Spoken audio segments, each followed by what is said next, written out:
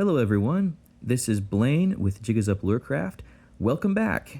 Today we have a lure recipe for a Colorshift jig. This is going to be a finesse jig for bass fishing, and I'm going to call this pattern Eclipse, mostly because it's going to be using this Eclipse powder paint from Barlow's Tackle. This powder paint is going to be one of their Nova Stone Chameleon paints. It's a really pretty color, and it's really going to accent this ball head jig that we're going to be doing here today. So without further ado, let's heat up our lead pot and let it sit for about 10 minutes so the lead gets nice and hot for pouring. The mold we're using here today is the weedless ball jig by Do It Molds.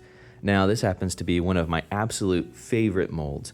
Not only because it takes a weed guard, but also because I can make these tiny little jigs for trout and panfish, and then using the same mold, turn around and make larger jigs for bass. Now that our lead is heated up, we're going to prepare our mold for pouring. So first, I'm going to take our weed guard pin and put it in the slot. This will ensure that we have a nice hole for putting in our weed guard later. Since this is an FG12 weed guard, I am using a 5/64 inch diameter drill bit. This is the perfect size for an FG12 weed guard.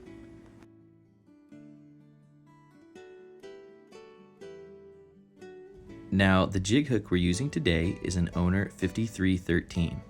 This is a 1X strong hook. It's not going to bend out like many other Aberdeen style hooks. It's very strong. You can easily fish this hook with 8-pound line, 10-pound line, 12-pound, and possibly even 14-pound line without having any issues whatsoever.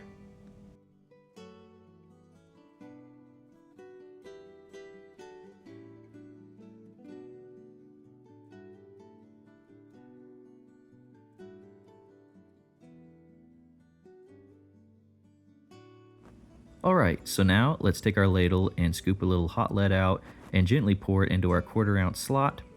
Now we have a little spill here, but we'll get that cleaned right up, no problem. Now that our lead is poured, wait about a minute for that lead to cool down. Then you should be able to gently wiggle the jig free from the mold. And now here we have our poured jig head. So as you see, we have this big sprue on the top of the head. Now we can very easily clean that up. We're just going to take our pliers and gently wiggle that sprue back and forth until it just pops off. Now we still have a few rough edges and burrs on this jig head, so now what I'm going to do is take a small file that I keep on hand, and I'm just going to lightly file off those rough edges until our jig head is nice and smooth, and this just gives our head a nice smooth finish. If you're making jigs for yourself, then you may or may not want to do this step. It's purely personal preference.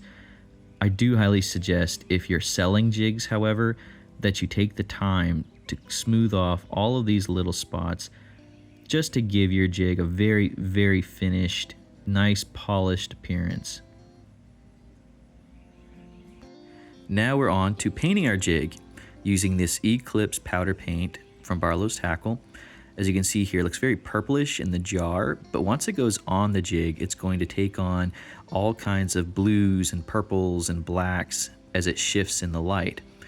So first things first here, we're going to fire up our heat gun to the highest setting, and then we're going to take that powder paint and we're going to give that jar a nice shake here. And what this is going to do is it's going to make our powder very light and fluffy in the jar. We don't want any clumps in there if we can help it, because we want a nice even coating of powder on our jig head.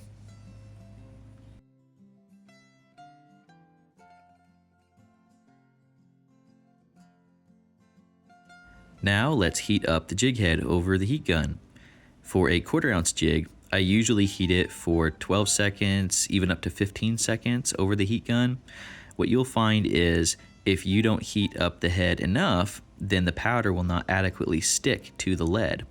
On the flip side of things, if you heat the jig head for too long, too much powder will stick to the jig head and you'll get a very inconsistent, even globby powder paint finish, which is not what we want. So here we did a quick swirl in the paint, and already we can see this is a beautiful color. We have a little bit of a bare spot on our collar, but we're going to fix that very easily here in just a second. I'm going to pull out an artist brush and get it ready by dipping it in the powder. We'll give that collar on our jig a quick blast over the heat gun. And then all we're going to do is lightly tap some powder over the bare spot on the jig. Now, you might be tempted to dip the entire jig a second time into the jar when you see a bare spot like that. But if you do that, what ends up happening is you get, once again, too much paint on your jig head. So to remedy that, we're simply going to lightly tap this powder on here just to cover up those bare spots.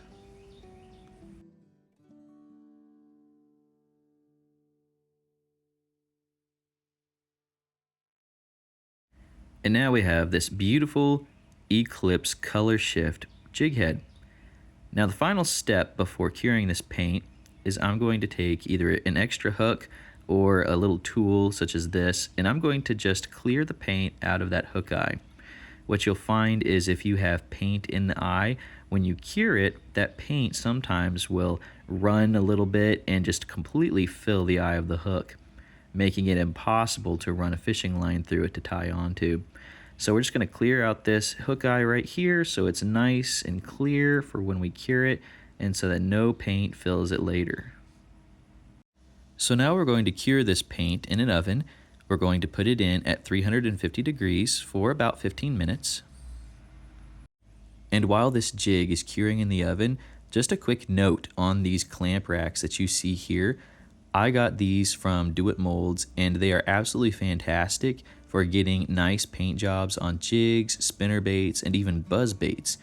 And what's really great about them is they allow your jig to stand upright while baking, so that if any paint runs down, they will run down the hook and not glob up on the top of the head like they would if they were hanging upside down.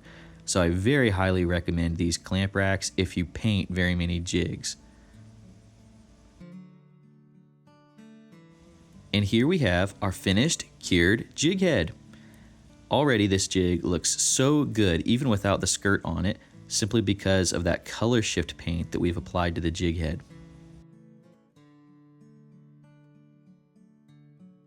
For the skirt that we'll be tying onto this jig, we're going to be using colors that are going to accent those blues and purples and blacks. So here today we have a full tab of black, a half tab of purple, and a half tab of blue. Now we have our Eclipse jig head here, and I'm just going to start with a layer of thread as our base. Now this is just 210 denier flat wax nylon, and we're going to put on a full tab of black, straight solid black silicone, and we're just going to spread this all around the jig.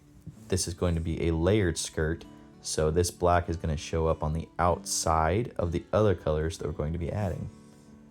Next, we're going to do a half tab of purple silicone, and this I'm just going to attach to the front of the jig so that you'll see purple on the top half where the hook eye is, and then the blue I will put on the bottom half of the jig. And these colors are just going to perfectly tie in with the powder paint that is on the head. It's going to really make those purples and blues and the dark tones really pop out.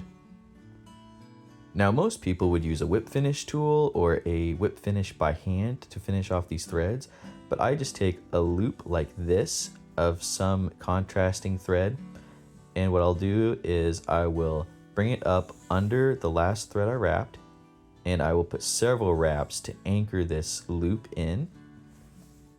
And once I've got that anchored in, I'll cut off my tag end and thread it through the loop and just simply pull that tag end through. This has been very simple for me when finishing off threads for a jig. So some dabs here of some Loon head cement, and then I will be cutting free all of our silicone tabs so that we can see what our skirt looks like on this jig.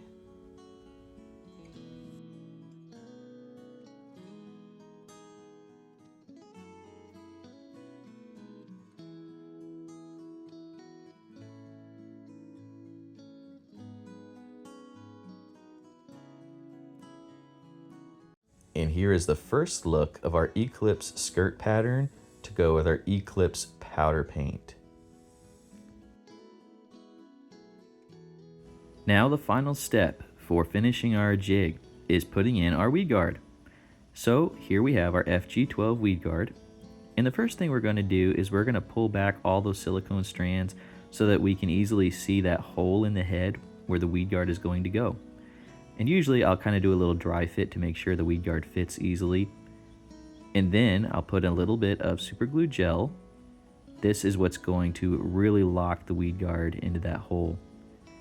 Once the super glue gel is in, I'll slide that weed guard into the hole and just maintain some constant pressure for anywhere from 10 seconds to 15 seconds just to make sure the weed guard is in there really nice and snug and won't come out. So now that our weed guard is in, all we have to do is trim it up to the length that we want and our jig is finished. Now for comparison, I did make a similar build only with a black head instead of our Colorshift head, and it is a really nice looking jig as you can see here. However, once you compare it with our Colorshift head with the same skirt pattern, it's a whole nother level of jig. So I highly suggest using Colorshift paint like this Nova Stone paint from Barlow's if you want to make your jigs stand out from all the rest of the jigs in the pack.